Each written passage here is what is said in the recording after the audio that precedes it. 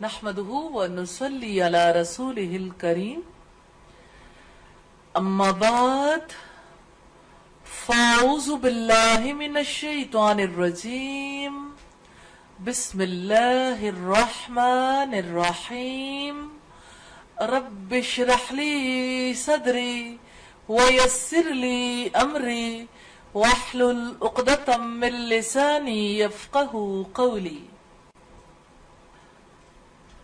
ہم نے نبی صلی اللہ علیہ وسلم کے الفاظ کو دیکھا 4 بہنوں کے بارے میں، الاخوات المؤمنات۔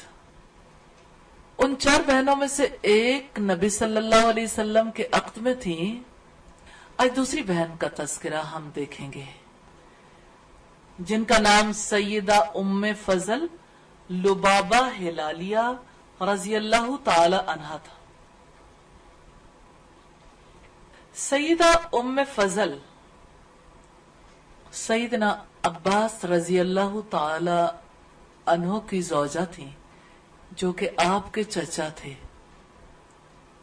6 بیٹوں کی والدہ تھیں، جن میں سے ایک بڑے متبحر عالم ترجمان القرآن حضرت عبداللہ تھے، جنہیں تاریخ عبداللہ ابن عباس کے نام سے یاد کرتی ہے۔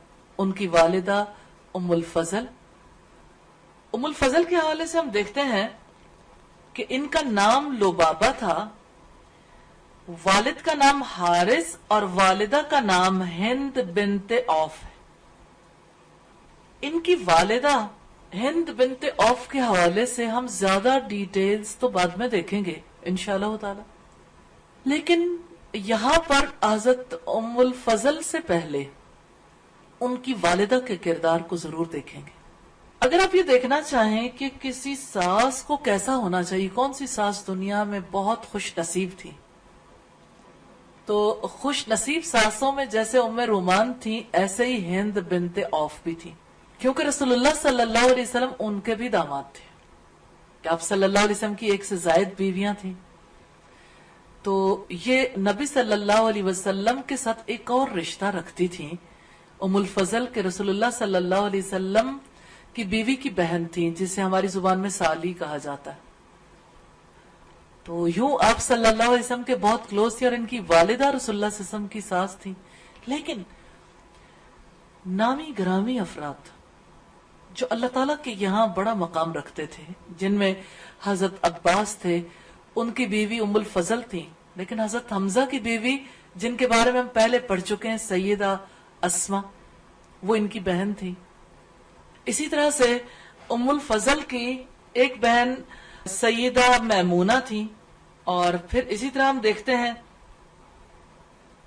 کہ سیدہ ہند بنت عوف ایسی خوش دامن تھی، ایسی ساس تھی جن کو بڑے بڑے داماد نصیب ہوئے۔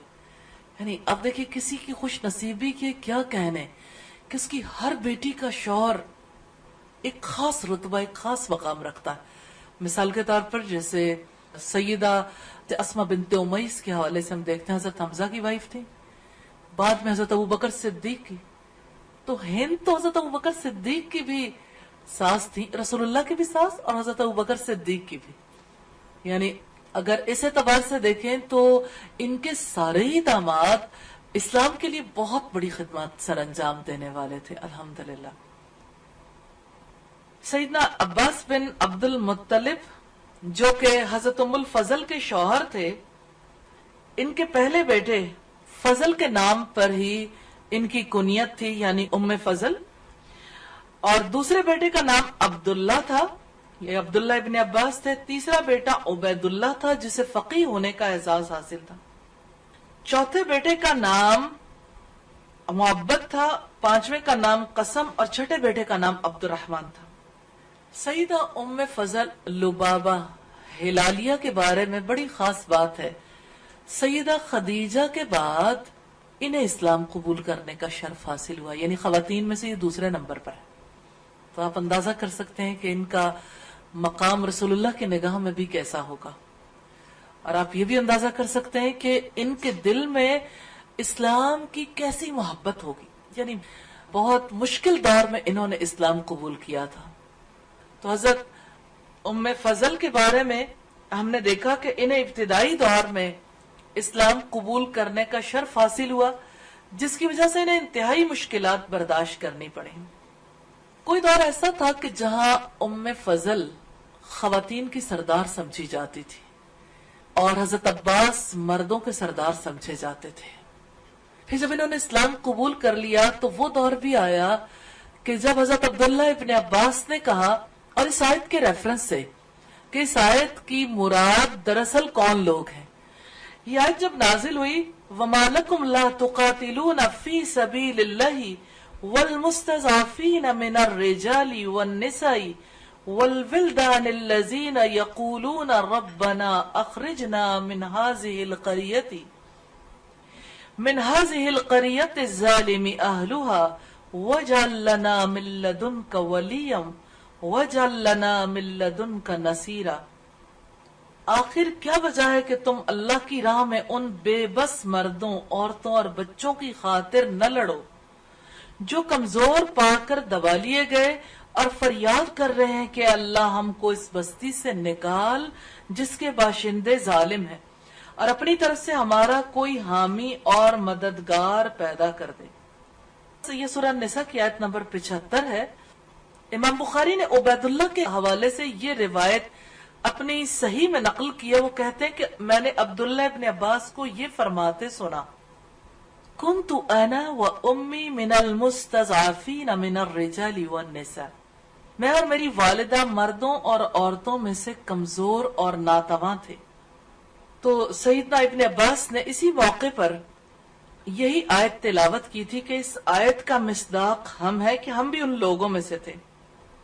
ایسا کیوں تھا کہ یہ دونوں کمزور اور ناتواں تھے؟ اس وجہ سے کہ انہوں نے اپنے اسلام کو چھپا رکھا تھا اور انہوں نے بڑی خدمات انجام دی. مکہ میں رہتے ہوئے حضرت عباس مسلمانوں کے لیے جاسوسی کیا کرتے تھے، اندر کے حالات کی اطلاع نبی صلی اللہ علیہ وسلم کو دیتے تھے. بہت سے مواقع ایسے تھے جب رسول اللہ کو پتہ نہیں ہوتا تھا کہ اب مکہ والے کس چیز کی تیاریاں کر رہے ہیں. جیسے بدر کا موقع تھا، تب بھی یعنی حضرت عباس کی جانب سے بھی اطلاع آئی تھی اور حضرت عباس خود جنگ میں شریک بھی ہوئے تھے کافروں کی جانب سے، اگرچہ مسلمان تھے، لیکن رسول اللہ صلی اللہ علیہ وسلم نے منع فرما دیا تھا کہ عباس رضی اللہ تعالیٰ عنہ تمہارے سامنے بھی آئے تو ان تلوار نہ اٹھانا، کیونکہ وہ اسلام قبول کر چکے تھے. اور اب آپ دیکھیے کہ ہمیں روایات سے یہ بھی ملتا ہے کہ وہ ام الفضل کے شوہر تھے جو بدر کی جنگ میں قید بھی ہوئے تھے، اور حضرت عباس جب کراتے تھے تو رسول اللہ صلی اللہ علیہ وسلم کو بہت زیادہ تکلیف ہوتی تھی. آپ چونکہ اپنے چچا سے بہت محبت رکھتے تھے، پھر آپ نے جن رسیوں کے ساتھ باندھا ہوا تھا ان کو ڈھیلا کر دیا تھا، اور حضرت عباس چونکہ بڑے قداور تھے اس وجہ سے ان کے پاس اپنا لباس تو اب نہیں تھا. جب قیدی ہو کر آگے ظاہر ہے کہ خالی ہاتھ ہی قید کیے گئے تھے. تو رسول اللہ صلی اللہ علیہ وسلم نے اس موقع پر لوگوں سے کہا تھا کہ کوئی ایسا شخص جس کا کرتا حضرت عباس کو پورا آ جائے. جانتے ہیں کس کا کرتا پورا ہے؟ عبداللہ ابن ابی کا.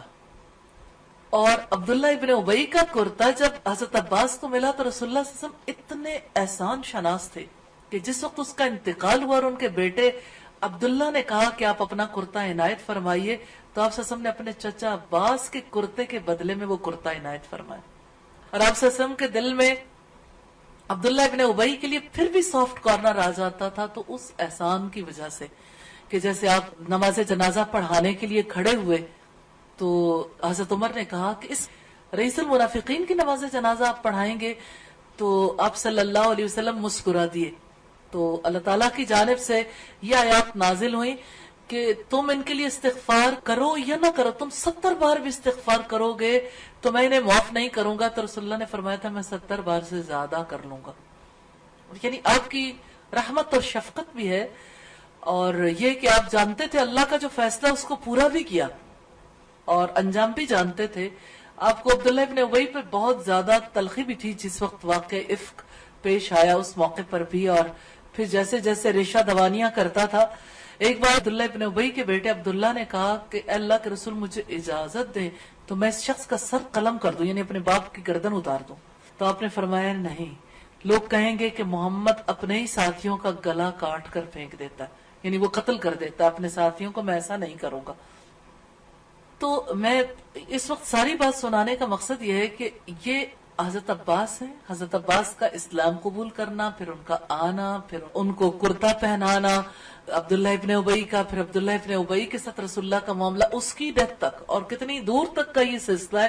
اس سے نبی صلی اللہ علیہ وسلم کی شخصیت کے بارے میں بھی ہمیں پتہ چلتا ہے کہ آپ صلی اللہ علیہ وسلم ایک چیز کو کتنی مدتوں تک یاد رکھتے تھے اور پھر اس کا بدلہ چکانے کی فکر بھی کرتے تھے. اس وجہ سے احسانات ایسے نہیں ہوتے جن کو انسان اگنور کر دے.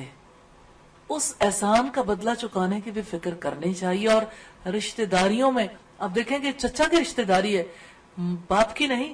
یعنی باپ کی رشتہ داری تو ہے لیکن ڈائریکٹلی باپ کا معاملہ نہیں ہے، چچا کا معاملہ ہے. باپ کو تو زندگی میں دیکھا ہی نہیں تھا، اور یہی وہ چچا ہیں جنہوں نے رسول اللہ صلی اللہ علیہ وسلم سے اس موقع پر کہا تھا جب حجر مکہ کعبہ کی عمارت گر گئی تھی اور سب لوگ پتھر چن چن کے رکھ رہے تھے، تو رسول اللہ جب اٹھا اٹھا کے کندھوں پہ لا رہے تھے تو آپ کے کندھے چھل گئے تھے. تو حضرت عباس نے انہیں مشورہ دیا تھا کہ اپنا تہبند اتارو اور اس جگہ پہ رکھ لو، اور رسول اللہ صلی اللہ علیہ وسلم نے تہبند اتارا تو آپ بے ہوش ہو گئے تھے. لیکن اس سے ہمیں اس تعلق کا پتہ چلتا ہے کہ چچا بھتیجا اس سوسائٹی میں اس کا کیا مقام تھا، رسول اللہ صلی اللہ علیہ وسلم سے جو تعلق تھا وہ کس نوعیت کا تھا.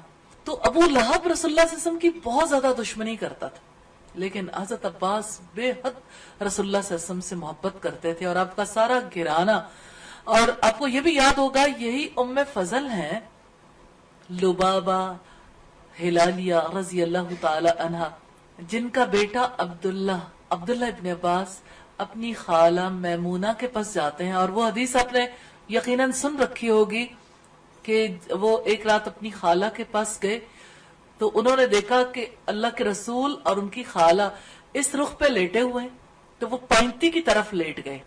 لیکن بیٹے کے دل میں یہ تمنا تھی کہ میں دیکھوں کہ اللہ کے رسول صلی اللہ علیہ وسلم رات کیسے بتاتے ہیں. یہ بات بڑی امپورٹنٹ ہے، حضرت عبداللہ ابن عباس کے حوالے سے کم اور ام فضل کے حوالے سے زیادہ. تو آپ خود سوچئے 4 سال کا، 5 سال کا، یہ کچھ سالوں کا بچہ یہ سوچے کہ یہ اللہ کے رسول ہیں پہلی بات، اور یہ رات کیسے گزارتے ہیں. آپ سوچئے اتنے اپنی سوسائٹی کے ذہین ترین افراد کو سوچئے کہ اللہ کے رسول کے بارے میں یہ جذبہ ہے کسی کے دل میں کہ رسول اللہ صلی اللہ علیہ وسلم اپنے دن کیسے بتاتے تھے، ان کی راتیں کیسی تھی. سنتوں کے حوالے سے ایسے کانشیس ہونا. سلام ہے اس ماں پر جس نے اپنے بچوں کی ایسی تربیت کی. حقیقت یہ ہے کہ بچوں کے کردار میں ماؤں کا اثر بولتا ہے، الحمدللہ. تو یہ ام فضل تھیں جنہوں نے اپنے بیٹے کے دل میں رسول اللہ صلی اللہ علیہ وسلم کی محبت جگائی تھی. سچی بات یہ ہے کہ ماں کے کہنے کا اولاد پہ اثر ہوتا ہے، اور ماں جب اولاد کو سکھاتی ہے تو اولاد کے دل میں تڑپ بھی پیدا ہوتی. کچھ عرصہ پہلے کی بات ہے، میرے استاد شیخ سعید بادنجی کی جو شام سے تعلق رکھتے تھے، اللہ تعالیٰ مغفرت فرمایا، اب ان کی ڈیتھ ہو گئی. تو پاکستان آئے تو ظاہر ہے کہ ایک بڑا خوشی کا موقع تھا. اس وقت اسلامی یونیورسٹی میں ان کا کوئی پروگرام بھی تھا اور ہم یہ چاہتے تھے کہ زیادہ سے زیادہ وقت وہ ہمارے یہاں گزارے. تو گھر پہ یعنی بار بار کسی نہ کسی حوالے سے کوئی نہ کوئی سلسلہ، کبھی کوئی پروگرام رکھ لیتے تھے، کبھی کھانا، کبھی کچھ اور، یعنی ان کا میکسیمم ٹائم ہمارے ساتھ گزرے. تو میں اپنے بچوں کو بتاتی بھی تھی کہ وہ کیسے ہیں، کس طرح کے ان کے کام ہیں. تو میرا چھوٹا بیٹا احمد جو ہے اس کو اتنا زیادہ شوق تھا، جب کبھی وہ ان کے پاس بیٹھتا تھا تو وہ اپنے ساتھ بٹھانا چاہتے تھے. وہ کہتے تھے نہیں، میں آپ کے گھٹنوں پہ ہاتھ رکھ کے یہاں بیٹھوں گا نیچے. یہ 4 یا 5 ایئرز کا ہوگا اس وقت. تو ان کے پاس بیٹھتا تھا، پھر ان سے سوال کرتا تھا. الحمدللہ مثال کے طور پر جیسے اس نے سوال کیا تو مجھے خود بھی بہت حیرت ہوئی اس کی ذہانت پر. الحمدللہ ایک سال اس نے یہ کیا کہ سفر میں 2 رکعت نماز ہوتی ہے اور جمعے کی نماز بھی 2 رکعت ہوتی ہے. تو جب 4 رکعتیں کم کرتے ہیں تو وہ بھی 2 ہو جاتی ہیں یعنی قصر میں. تو مغرب کی نماز 3 رکعت کیوں ہوتی ہے، اور مغرب کی نماز کم کریں تو پھر 2 رکعت کیوں نہیں ہوتی. تو وہ ہر وقت حدیث کے حوالے سے جب سوال کرتا تھا تو بالآخر شیخ نے اسے کہا اے در بخاری. اللہ تعالیٰ اس کے حق میں یہ بات پوری کرے، لیکن یہ ہے کہ ایسا نہیں ہے کہ اس کا سلسلہ ہمیشہ پھر ویسا ہی رہا ہو، کیونکہ ماحول کے بہت گندے اثرات بھی مرتب ہوتے ہیں، جیسے اسکولز، کالجز میں، یونیورسٹیز میں لوگ پڑھتے ہیں. لیکن میں نے یہ دیکھا کہ شیخ کی یہ بات آج بھی اس پر ایسے اثر انداز ہوتی ہے کہ وہ اپنی باقی باتوں کو بھول کے اس ماحول میں پہنچتا ہے. الحمدللہ. تو یہ ماؤں کا کام ہے کہ وہ اپنے بچوں کے دلوں میں علماء کے لیے، اپنے بچوں کے دلوں میں بڑی شخصیات کے لیے محبت پیدا کرے، کیونکہ وہ دراصل ان کی محبت نہیں ہوتی، وہ دراصل اللہ تعالیٰ ہی کی محبت کا ایک حصہ ہے. کیونکہ وہ جو نصیحت کریں گے، نصیحت اس کے بغیر کیسے قبول کی جا سکتی ہے؟ کوئی محبت نہ کرے اور اس کو کوئی نصیحت کرے اور وہ قبول کر لے. تو یہ محبت ہی کا سلسلہ ہے جس کی وجہ سے ایک فرد کی بات کو انسان قبول کرتا ہے، نیکی کی بات کو پھر اللہ تعالیٰ کے ساتھ رشتہ جڑ جاتا ہے. الحمدللہ. تو ہم بات کر رہے تھے ام فضل کی، کہ ام فضل کیسی ماں تھی کہ جنہوں نے اپنے بیٹے کے دل میں ایسی محبت جگائی کہ وہ راتوں کو رسول اللہ صلی اللہ علیہ وسلم کے طرز عمل کو جانچنے کے لیے، دیکھنے کے لیے، اس کو اپنانے کے لیے بےتاب تھا. رسول اللہ صلی اللہ علیہ وسلم بیدار ہوئے، یہ عبداللہ ابن عباس ہی کہتے ہیں، اور آپ بیدار ہوئے تو عبداللہ بھی بیدار ہو گئے. آپ نے وضو کیا، پیچھے انہوں نے بھی وضو کیا. آپ نماز کے لیے کھڑے ہوئے تو وہ بھی نماز کے لیے کھڑے ہو گئے.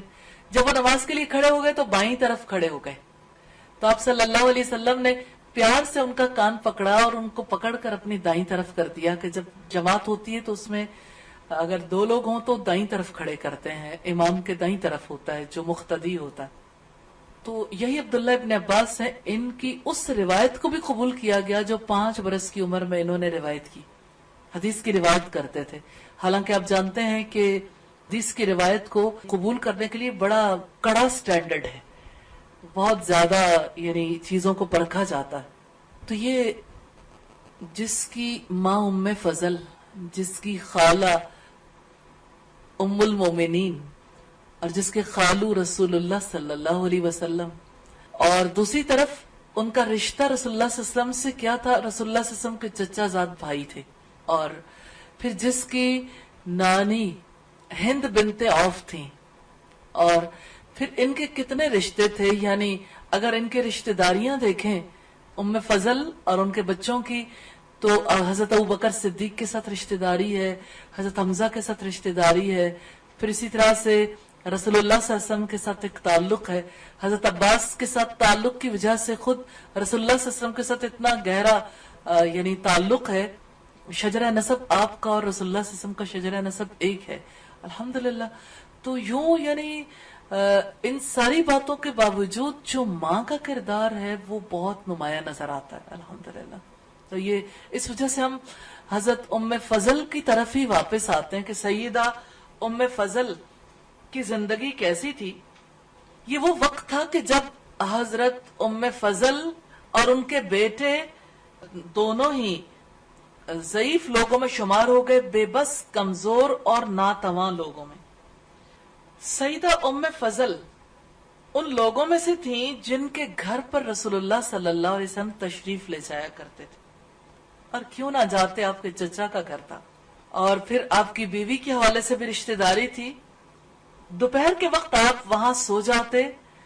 اللہ سبحانہ و تعالی نے سیدہ ام فضل کو بہادری اور جسمانی توانائی سے نوازا تھا. انہوں نے اپنی ساری صلاحیتوں کو دین اسلام کی نصرت اور اسلام کے دفاع کے لیے صرف کیا.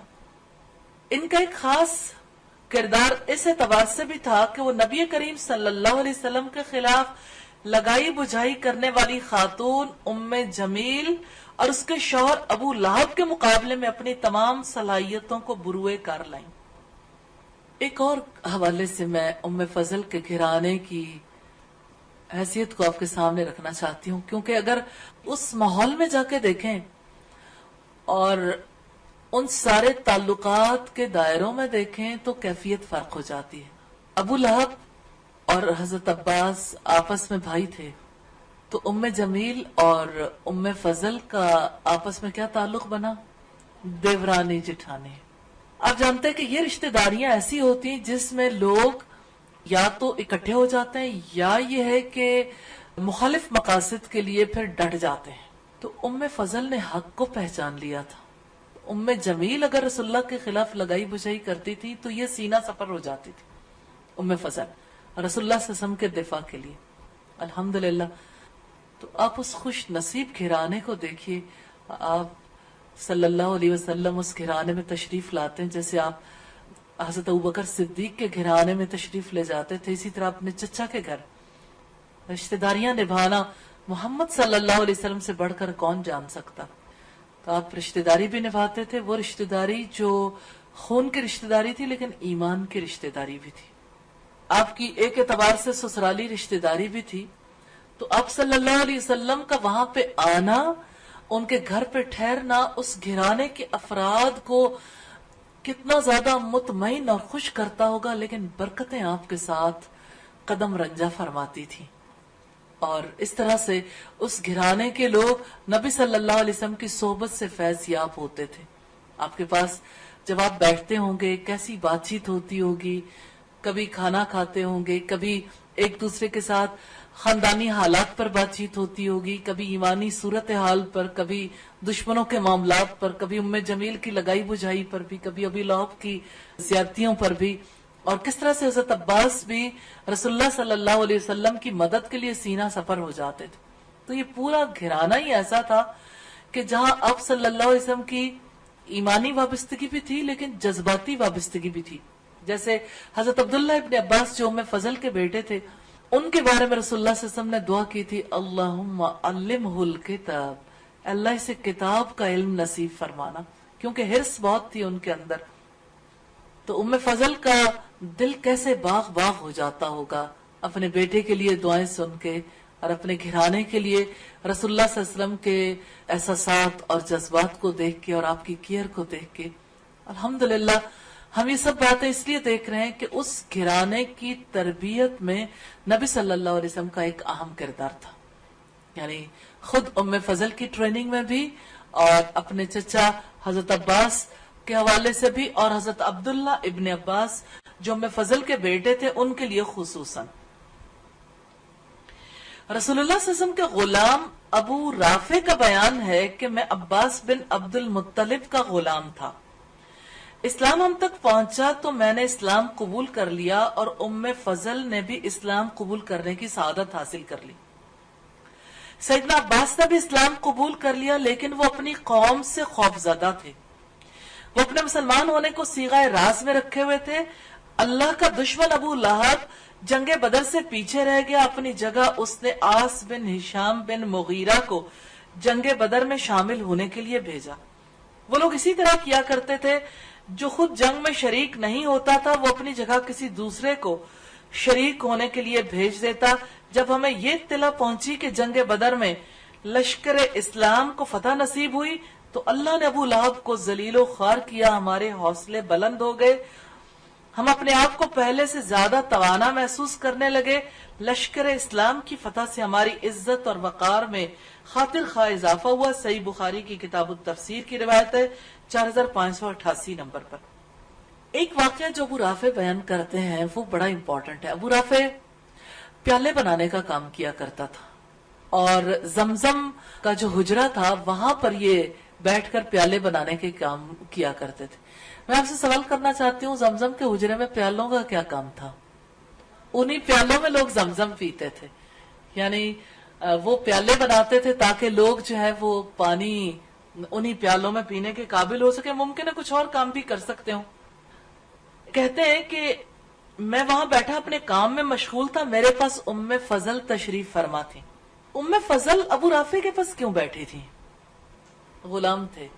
اور اب جانتے ہیں کہ حضرت عباس اور حضرت عبداللہ ابن عباس یہ لوگ جو ہے وہ حاجیوں کو پانی پلانے کا کام کیا کرتے تھے. اللہ تعالیٰ کی طرف سے اس خاندان کو یہ شرف حاصل تھا, اور اس دور میں یہ بہت زیادہ عزت والی بات سمجھی جاتی تھی.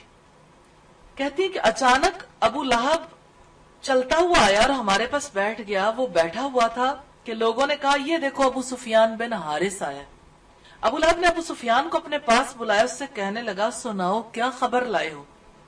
وہ ابو لہب کے پاس بیٹھ گیا، لوگ وہاں جمع ہو گئے، سبھی لوگ دم بخود کھڑے تھے۔ ابو لہب نے ابو سفیان سے کہا میرے بھائی کے بیٹے سناؤ بدر کے میدان میں کیا صورتحال رہی؟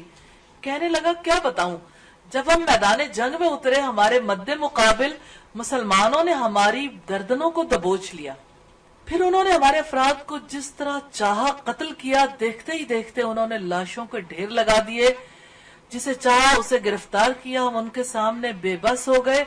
اللہ کی قسم پھر بھی میں اپنے لوگوں پر کوئی الزام نہیں دھرتا، کیونکہ ہمارے سامنے ہمارے مقابلے میں سفید رنگ کے شاہ سوار سیاہ اور سفید ڈبی دار گھوڑوں پر میدان جنگ میں برسرے پیکار تھے۔ اللہ کی قسم کوئی چیز بھی ان کے آڑے نہیں آ رہی تھی۔ ابو رافع کہتے کہ میں نے حجرے کی تنابیں اپنے ہاتھ سے اوپر کو بلند کی اور پھر کہا اللہ کی قسم وہ فرشتے تھے۔ ابو لہب نے میری یہ بات سنتے ہی میرے چہرے پر ایک زوردار تمانچہ رسید کیا، میری اس سے مڑ بھیڑ ہو گئی۔ اس نے مجھے اٹھا کر زمین پر پٹخ دیا، میرے سینے پر بیٹھ کر مجھے مارنے لگا۔ میں کمزور آدمی تھا۔ سیدہ ام فضل نے حجرے سے ایک لٹھ پکڑی، زور سے ابو لہب کے سر پر دے ماری، جس سے اس کے سر میں شگاف پڑ گیا۔ غضبناک انداز میں کہنے لگی کیا تو نے اسے کمزور سمجھا؟ تجھے یہ جرت اس لیے ہوئی کہ اس کا مالک یہاں نہیں ہے، یعنی حضرت عباس؟ ابو لہب ذلیل و خوار ہو کر گردن جھکائے ہوئے وہاں سے 9-2-11 ہو گیا۔ اللہ کی قسم 7 دن بعد اللہ نے اسے کینسر کے مرض میں مبتلا کر دیا اور اس بیماری سے وہ واصل جہنم ہو گیا۔ اس کے بیٹوں نے اس کے فوت ہو جانے کے بعد 3 دن تک اسے دفن نہیں کیا، جس سے اس کی لاش میں سڑانت پیدا ہو گئی۔ بیٹوں کے پاس قریش کا ایک آدمی آیا اور ان سے کہنے لگا اے ابو لہب کے بیٹوں تمہارا کچھ نہ رہے، کیا تمہیں شرم محسوس نہیں ہوتی کہ تمہارے باپ کی لاش سے بدبو کے بھبوکے اٹھ رہے ہیں؟ اس کی لاش گھر میں پڑی ہوئی اور تم اسے دفن نہیں کر رہے، شرم سے ڈوب مرو نالائق کہیں کہ۔ وہ کہنے لگے ہم تو اس لیے لاش کے قریب نہیں ہو رہے کہ یہ متعدی بیماری ہمیں بھی لاحق نہ ہو جائے۔ اس نے کہا چلو کمبختو آگے بڑھو، میں تمہاری مدد کرتا ہوں۔ اللہ کی قسم انہوں نے اسے اس طرح غسل دیا کہ وہ اس کے لاشے پر پانی پھینک دیا، اس کے جسم کو ہاتھ نہیں لگایا، زمین میں گڑھا کھودا، لکڑی کے سہارے سے لاش کو گڑھے میں دھکیل دیا، پھر دور سے اس پر پتھر پھینک کر اس کی لاش کو چھپا دیا۔ اس طرح ابو لہب اپنے برے انجام کو پہنچا۔ سیرت ابن ہشام کی روایت ہے 310 نمبر پر۔ لیکن اس میں جس واقعے میں اصل بات ہے وہ ام فضل کا کردار ہے۔ ابو لہب تو اپنے مقام کو پہنچا، لیکن ابو لہب کی بیماری کے پیچھے دیکھیے ام فضل کا لٹھ ہمیں نظر آتا ہے کہ اللہ نے اسی کو سبب بنا دیا، اس کا سر پھٹ گیا اور پھر وہ کینسر ہی کے مرض میں مبتلا ہو گیا، بیماری اس کی بگڑ گئی اور اسی بیماری سے وہ جاں بحق ہو گیا۔ سیدہ ام فضل حضرت عباس کے عقد میں تھیں اور مسلمان ہو چکی تھیں، لیکن کچھ ایسی باتیں ہیں جس کے بارے میں لوگوں کا خیال ہے کہ شاید حضرت عباس اسلام نہیں لائے تھے، یعنی جس دور میں وہ قید ہو کر آئے مسلمان نہیں تھے۔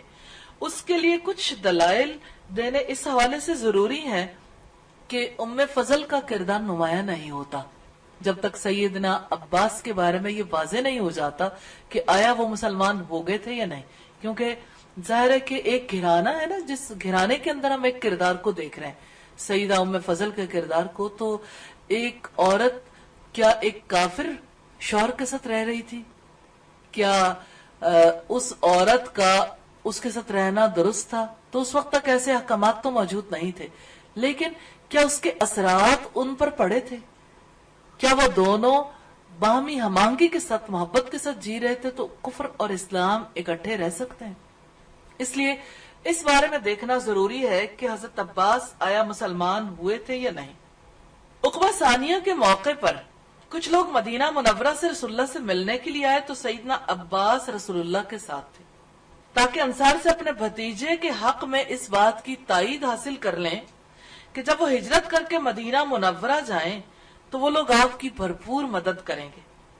عقبہ میں یہ ملاقات رات کی تاریکی میں خفیہ تھی، قریش کے جاسوسوں سے بچنے کا پورا اہتمام کیا گیا تھا۔ اگر سیدنا عباس مشرک ہوتے تو رسول اللہ انہیں اہم ترین موقع پر اپنے ساتھ جانے کی دعوت نہ دیتے. ایک مشرک پر رسول اللہ بھلا کیسے اعتماد کر سکتے ہیں؟ مشرکوں کا تو کوئی اعتبار نہیں ہے. مسند احمد کے حوالے سے ہمیں یہ روایت ملتی ہے کہ حضرت عباس اس معاہدے میں شریک تھے. دوسری بات یہ کہ جب رسول اللہ مدینہ منورہ میں قیام پذیر ہو گئے تو سیدنا عباس نے ایک بااعتماد شخص کے ذریعے سے آپ کو خط بھیجا جس میں یہ اطلاع دی کہ قریش مکہ جنگ بدر کی بھرپور تیاری کر رہے ہیں، ان کے عزائم بہت خطرناک، اور وہ رسول اللہ اور ان کے ساتھیوں کو صفحہ ہستی سے مٹا دینا چاہتے ہیں. یہ اسد الغابہ کی روایت اور الاصابہ فی تمییز الصحابہ کی. اگر سیدنا عباس مسلمان نہ ہوتے تو قریش کی جنگی تیاری کے بارے میں رسول اللہ کو مطلع کرنے کی انہیں کیا ضرورت تھی؟ وہ مسلمان ہو چکے تھے. انہوں نے رسول اللہ کی طرف خط دے کر ایک قابل اعتماد شخص کو بھیجا تاکہ آپ بھی ان کے مقابلے کے لیے تیاری کر لیں. پھر اسی طرح سے نبی کریم صلی اللہ علیہ وسلم نے اپنے صحابہ کو یہ حکم دیا کہ میدان بدر میں اگر عباس تمہارے سامنے آ جائے تو اسے قتل نہ کرنا. تو اس سے پتہ چلتا کہ سیدنا عباس جنگ میں شریک ہوئے تھے اور مسلمان ہونے کا نبی صلی اللہ علیہ وسلم کو علم تھا، اور وہ اس قافلے میں رہتے ہوئے مشرکین مکہ کی جاسوسی کا کام سر انجام دے رہے تھے. پھر ابو رافع کے بارے میں ہم دیکھ چکے ہیں کہ سیدنا عباس ان کی رفیقہ حیات سیدہ ام فضل ابتدائی مرحلے میں ہی اسلام میں داخل ہو گئے تھے، اور سیدنا عباس نے اپنے مسلمان ہونے کو صیغہ راز میں رکھ کر مسلمانوں کے لیے اور رسول اللہ کے لیے جو خدمات انجام دی، اگر وہ اسلام کا اعلان کر دیتے تو سرداران قریش کو پتہ چل جاتا تو وہ انہیں اپنی مجلسوں میں آزادانہ بیٹھنے کی اجازت نہ دیتے. انہیں یہ آزادی اسی لیے حاصل تھی کہ وہ اپنے اسلام کو چھپائے ہوئے تھے. اللہ سبحانہ و تعالی حضرت عباس کو جزائے خیر عطا کرے، اور یقیناً اللہ تعالیٰ انہیں قیامت کے دن ان کی اعمال کا بہترین صلہ عطا فرمائیں گے. یہاں ہم دوبارہ لوٹ چلتے ہیں سیدہ ام فضل کے براہ راست رول کی طرف، اور یہاں بات ہے ایک بابرکت خواب کی جس کو حدیث کی کتابوں میں بارہا کئی مقامات پر ذکر کیا گیا. اور ام فضل کے حوالے سے حضرت عبداللہ ابن عباس نے بھی کئی روایات نقل کی ہیں، اور ام فضل سے کچھ اور صحابہ نے بھی روایات نقل کی ہیں، اور ام فضل براہ راست بھی راویہ حدیث ہیں. سیدہ ام فضل کو ایک رات ڈراؤنا خواب آیا، گھبرا کر نیند سے بیدار ہوئی. رسول اللہ کی قریبی رشتہ دار تھیں، اکثر و بیشتر آپ سے ان کا تبادلہ خیال بھی ہوتا.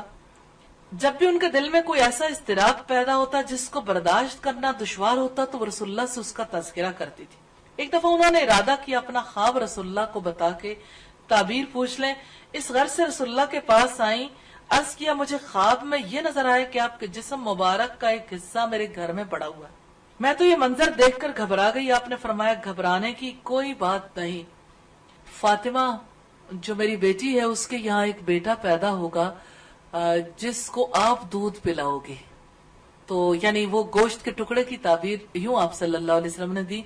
اور بعد میں حضرت فاطمہ کا بیٹا حضرت حسن رضی اللہ تعالیٰ عنہ پیدا ہوئے، اور انہوں نے ام الفضل کا دودھ پیا. اور ام الفضل دودھ پلانے کے بعد انہیں رسول اللہ صلی اللہ علیہ وسلم کے پاس ایک دفعہ لے کر آئیں تو حضرت حسن نے رسول اللہ صلی اللہ علیہ وسلم کی گود میں پیشاب کر دیا. تو حضرت یعنی ام فضل نے ان کو ذرا تھوڑا سا چپت رسید کی تو رسول اللہ صلی اللہ علیہ وسلم نے فرمایا کہ میرے بیٹے کو تکلیف پہنچا کر تم نے مجھے دکھ دیا. یعنی بچے تو ایسا کام کر ہی دیتے ہیں. تو ام فضل نے کہا کہ آپ اپنا تہبند اتار کر مجھے دے دیجئے، میں اسے دھو دوں. تو آپ نے فرمایا کہ نہیں، یعنی بیٹے اور بیٹی کے پیشاب کے بارے میں آپ صلی اللہ علیہ وسلم نے فرق بتایا کہ بیٹی کے پیشاب کو تو پراپرلی دھوتے ہیں، اور بیٹے کے پیشاب پر جب وہ چھوٹا ہوتا ہے بچہ تو اس کے پیشاب پر صرف چھینٹے مار دیتے ہیں، یعنی اوپر ہی سے جیسے چھینٹے مار کے اسے واش کر دیتے ہیں، تاکہ اس کا یہ مطلب نہیں کہ ہلکا سا یوں ہی اسپرنکل کر دیں. اس کا مطلب یہ کہ باقاعدہ اچھا پانی جو ہے وہ اوپر گرا لیں تو اس کی وجہ سے اس کا کپڑا پاک ہو جاتا ہے اور بدن بھی پاک ہو جاتا ہے. تو یہ روایت مسند احمد میں، معجم کبیر طبرانی میں، اور اسی طرح سے مسند احمد میں کئی حصوں پر موجود ہے. سنن ابی داؤد میں بھی یہ روایت موجود ہے، لیکن وہ حضرت حسن کی بجائے حضرت حسین رضی اللہ تعالی عنہ کے حوالے سے. بہرحال حضرت ام فضل نے جب خواب کی تعبیر پوچھی تو انہیں بہت زیادہ خوشی ہوئی کہ رسول اللہ صلی اللہ علیہ وسلم کے نواسے کو میں دودھ پلاؤں گی. ابھی تو یعنی اس کا دور تک امکان بھی نہیں تھا جب آپ نے یہ تعبیر دی تھی. پھر حضرت فاطمہ کے بیٹا پیدا ہوا، پھر انہوں نے دودھ بھی پلایا الحمدللہ. تو اس سے یہ پتا چلتا ہے کہ آپ صلی اللہ علیہ وسلم کا ان سے کتنا قریبی تعلق تھا، اور یہ کہ اللہ تعالیٰ کی طرف سے بھی کتنی بشارتیں انہیں مل رہی تھیں. وہ جو جنت کے نوجوانوں کے سردار تھے، ان سرداروں کو دودھ پلانے والی ام فضل تھی. الحمدللہ. اور آپ جانتے ہیں کہ دودھ کے اثرات شخصیات پر مرتب ہوتے ہیں. پھر سیدہ ام فضل کے حوالے سے ہمیں یہ بھی ملتا ہے کہ ایک مرتبہ انہوں نے رسول اللہ سے عرض کیا، اللہ کے رسول جب آپ اس دنیا فانی سے کوچ کر جائیں گے ہمارا کیا بنے گا؟ ہمیں کچھ وصیت فرما دیں. آپ نے فرمایا تم میرے بعد مغلوب اور کمزور ہو جاؤ گے. یہ سنن نبی داؤد کی روایت ہے اور 522 نمبر پر. سیدہ ام فضل نے رسول اللہ سے تقریباً 23 احادیث بیان کرنے کا شرف حاصل کیا. ان میں سے بعض احادیث سیدنا عبداللہ ابن عباس نے ان سے روایت کی، انس بن مالک رضی اللہ تعالیٰ عنہ نے، اور سیدہ ام فضل کے تمام غلام اور بعض دیگر صحابہ کرام نے بھی ام فضل سے حدیث کو آگے بیان کرنے کا شرف حاصل کیا. سیدہ ام فضل اسلام کے لیے ایک مضبوط سہارا تھی. انہوں نے اپنی زندگی اسلام اور مسلمانوں کے دفاع میں صرف کر دی. کافروں اور مشرکوں کے راستے کی رکاوٹ تھی. مثالی مومن، صالح اور بہادر خاتون کا کردار انہوں نے ادا کیا. بڑے بڑے کارنامے انہوں نے انجام دیے اور اعلیٰ اخلاقی اقدار ہیں جو ام فضل نے چھوڑی ہمارے لیے. ظاہر و باطن کے اعتبار سے مثالی خاتون تھی. سیدنا عثمان بن عفان کے دور میں قضاء الہی سے وفات پا کر اپنے رب سے جا ملی. ان کی نماز جنازہ ان کے شوہر سیدنا عباس بن عبد المطلب نے پڑھائی، پھر انہیں سپرد خاک کر دیا گیا. یہ روایت صحابہ کی ہے اور بہت ہی پیارے اشعار ہیں جو ان کے بارے میں طبقات ابن سعد میں ملتے ہیں، اور یہ اشعار ہمیں عبداللہ بن یزید الہلالی کے حوالے سے ملتے ہیں. ترجمہ ان اشعار کا یہ ہے کہ شریف الطبع خاتون سیدہ ام الفضل نے ہمہ اوصاف شخصیت کے ساتھ رشتہ ازدواج میں منسلک ہو کر 6 معزز بیٹوں کو جنم دیا. ان کے شوہر فضل و شرف والے آخری اور خیر و برکت والے رسول کے چچا تھے. یہ روایت تہذیب الکمال کی ہے. تو سیدہ ام فضل کے حوالے سے ہم نے دیکھا کہ وہ اپنی رشتہ داریوں کے اعتبار سے کس قدر بلند پایا خاتون تھی. یعنی ایمان والوں کے ساتھ رشتہ داریاں کوئی عام بات نہیں ہے. ایک تو عام رشتہ داریاں ہیں نا، صرف خون کا تعلق، تو یہ تو خونی تعلق بھی تھا، سسرالی بھی اور ایمانی تعلق.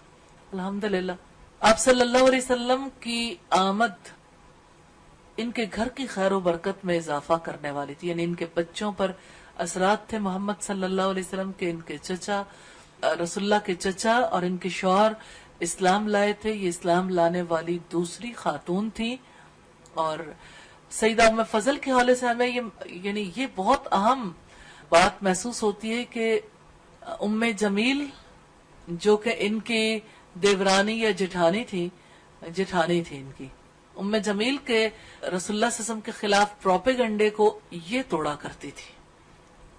تو آپ اندازہ کر سکتے ہیں جہاں لوگ اتنے قریبی رشتوں میں منسلک ہوں، آپس میں جڑے ہوئے ہوں، اور وہاں پر یعنی ایک ماحول گرم کیا جا رہا ہو. ایک گھر کے اندر دیکھیے جہاں پہ نندیں، بھابیاں، دیورانیاں، جٹھانیاں رہتی ہیں تو وہ کس قسم کا ماحول پیدا کر دیتی ہیں.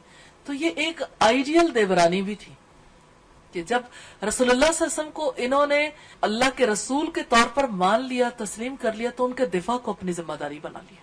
تو گھر کے ماحول کو بھی انہوں نے سنبھالا اور باہر کے ماحول کو بھی، کہ زمزم کے حجرے میں بیٹھ کر جہاں پہ زمزم پلایا جاتا تھا، ابو رافع پیالے بنانے کا کام کرتے تھے. جب ابو لہب نے ابو رافع کو مارا تو ظاہر ابو لہب بہت گرانڈیل انسان تھا، تو انہوں نے کس طرح سے ایک ڈنڈا اٹھا کے اس کے سر پر مارا کہ اس کا سر پھٹ گیا، اور کس طرح سے اس کے سامنے کہا کہ تم ایک ضعیف اور کمزور پر اس لیے ہاتھ اٹھاتے ہو کہ اس کا مالک یہاں نہیں ہے. یعنی یہ مت سمجھنا کہ اگر مالک نہیں ہے تو اس کا کوئی دفاع نہیں کر سکتا. اس سے آپ اندازہ کر سکتے ہیں کہ وہ کس طرح سے اپنی بہادری کا مظاہرہ موقع پہ کیا کرتی تھی. تو اگر سے ہمیں ان کے لیے یہ الفاظ بھی ملتے ہیں کہ عبداللہ ابن عباس کی روایت سے کہ میں اور میری والدہ کمزور، ناتواں اور بے بس مسلمانوں میں سے تھے، لیکن ان کی کمزوری کو آپ اس سوسائٹی کے اندر دیکھیں تو یہ اپنی کمزوری کا پورا اظہار بھی کر رہے تھے. تو اسلام کے دشمنوں کے سر پھاڑنے میں ام فضل کا بھی بڑا اہم کردار ہے الحمدللہ. تو ام فضل کو ہم دیکھتے ہیں بحیثیت بیوی کے تو شوہر کے ساتھ معاون اور مددگار ہیں، بحیثیت بیٹی کے دیکھتے ہیں اور بحیثیت بہن کے دیکھتے ہیں تو اپنی بہن کے ساتھ کتنا قریبی تعلق تھا. اپنے بیٹے کو اپنی بہن کے گھر بھجواتی تھی تاکہ ان کے شوہر سے یہ کچھ سیکھ کے آئیں. یہ بڑی اہم باتیں ہیں. نارملی اگر آپ ہمارے یہاں دیکھیے تو خالوؤں سے سیکھنے کے لیے کوئی نہیں بھیجتا. اگرچہ رسول اللہ صلی اللہ علیہ وسلم چچا زاد بھائی بھی تھے لیکن عمومی طور پر مائیں آڑے آ جاتی ہیں رشتوں اور تعلقات میں. مائیں اپنی مرضی کے مطابق بچوں کو چلاتی ہیں. تو جس کو اسلام کی حقیقت سمجھ آ جاتی ہے کس طرح اسلام سیکھنے کے لیے وہ بچوں پر مہربان ہو جاتی ہے. تو یہ بچوں پر رحمت، اپنے بچے پر رحمت تھی کہ وہ سیکھنے کے لیے انہیں بھیجتی تھی. اور رسول اللہ صلی اللہ علیہ وسلم کی محبت حضرت عبداللہ ابن عباس کے دل میں جیسے پیدا کی اس کا ثبوت بھی ہمیں ملتا ہے. یقیناً باقی بچوں کے دل میں بھی اسی طرح انہوں نے رسول اللہ صلی اللہ علیہ وسلم کی محبت پیدا کی ہوگی. اور آپ کو حجۃ الوداع میں ایک منظر شاید حدیث کی کتابوں میں آپ نے پڑھا ہو یا سنا ہو، اور حجاب کے احکامات کے حوالے سے آپ لوگوں میں سے بہت سے لوگ جانتے بھی ہیں اس حکم کو، کہ رسول اللہ صلی اللہ علیہ وسلم جب حجۃ الوداع میں مختلف مقامات پر لوگوں کو نصیحت کر رہے تھے اس موقع پر فضل بن عباس آپ کے پیچھے بیٹھے ہوئے تھے. ایک عورت آپ سے کوئی حکم پوچھنے کے لیے آئی حج کا تو فضل بن عباس انہیں غور سے دیکھنے لگے تو ان کا منہ آپ نے دوسری طرف پھیر دیا تھا. لیکن ایک طرف یہ ہے کہ بچوں کی تربیت کرنا یہ سب کی ذمہ داری ہے مشترکہ. غلطیاں سب سے ہو جایا کرتی ہیں لیکن چونکہ اسلام سے پہلے ان چیزوں کی حفاظت نہیں ہوتی تھی، نظروں کی حفاظت کرنی نہیں سکھائی جاتی تھی، تو رسول اللہ صلی اللہ علیہ وسلم خود اپنا کردار ادا کرنے والے تھے اس موقع پر. لیکن میں جس چیز کی طرف توجہ دلانا چاہتی ہوں وہ یہ کہ آپ صلی اللہ علیہ وسلم نے انہیں اپنے پیچھے بٹھا رکھا تھا. محبت، اگرچہ وہ چچا کے بیٹے بھی تھے لیکن دوسری طرف ام فضل کے بیٹے یعنی آپ کی سالی کے بیٹے بھی تھے، اور ام فضل سے جو ایمانی تعلق تھا پر دوسری ایمان لانے والی خاتون تھی. تو ان کے بچوں کے ساتھ جو تعلق محمد صلی اللہ علیہ وسلم کا تھا اس کو ہم اگنور نہیں کر سکتے کہ اس تعلق کو بنوانے میں ام فضل نے جو کردار ادا کیا. تو الحمدللہ اسلام کو اسی طرح آج بھی سیکھا جا سکتا ہے. صرف ہمارے دور کے لوگ اسلام کتابوں سے سیکھنا چاہتے ہیں. حقیقی اسلام شخصیت سے آتا ہے. جو لوگ اسلام برتتے ہیں کیونکہ شخصیت کا اثر لمحوں میں ہوتا ہے اور کتاب کا اثر عمر میں بھی بعض اوقات نہیں ہوتا. عمر گزر جاتی ہے. کتنی باتیں ہیں جو کتابوں سے آپ نے پڑھ رکھی ہیں لیکن قبولیت نہیں آتی، اور اگر قبولیت بھی آئے تو عمل کرنے کا پتہ نہیں چلتا. تو جب انسان قریب رہتا ہے ساتھ رہنے سے کتنی چیزوں کا انسان کو نفع نصیب ہوتا ہے الحمدللہ.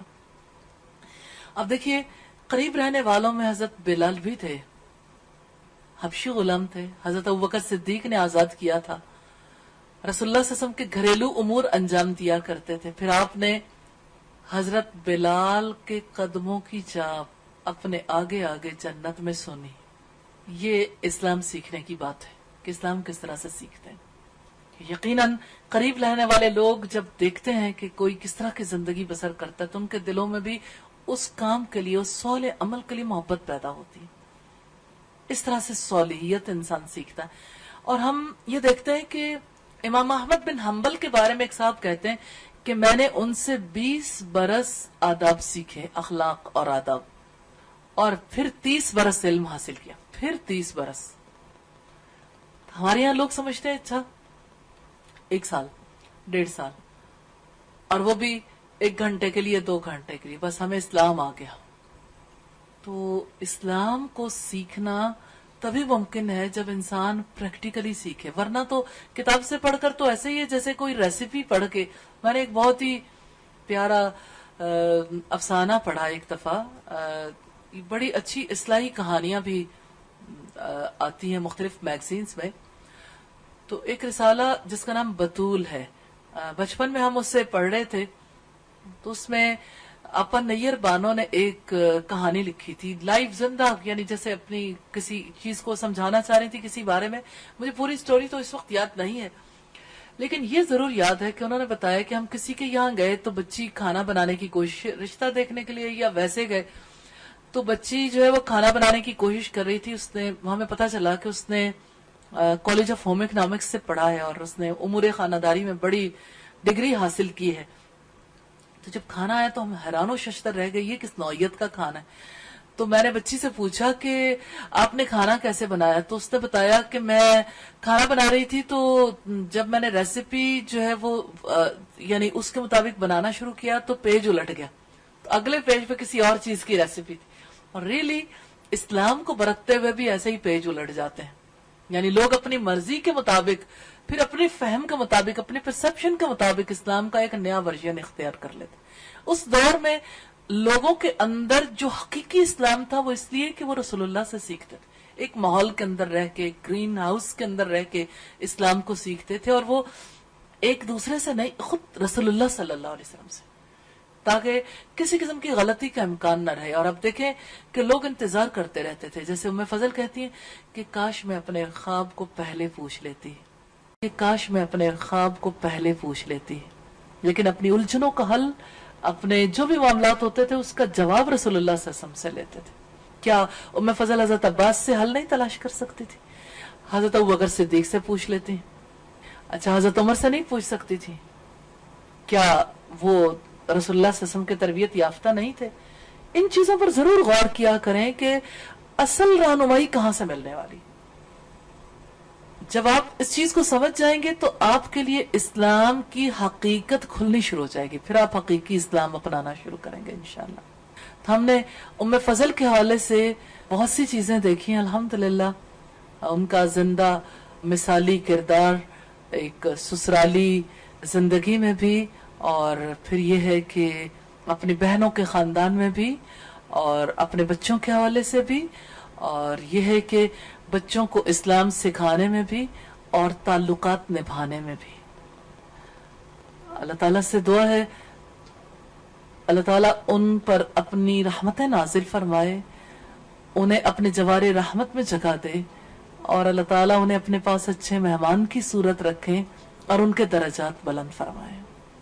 ام رومان اور ام فضل کے بارے میں یعنی آپس میں اس سوال نے کلیرٹی کر دی کہ ام رومان کے مقابلے میں ام فضل پہلے ایمان لانے والی تھی, اور پھر اس کا حدیث سے ہمیں ثبوت ملتا ہے الحمدللہ.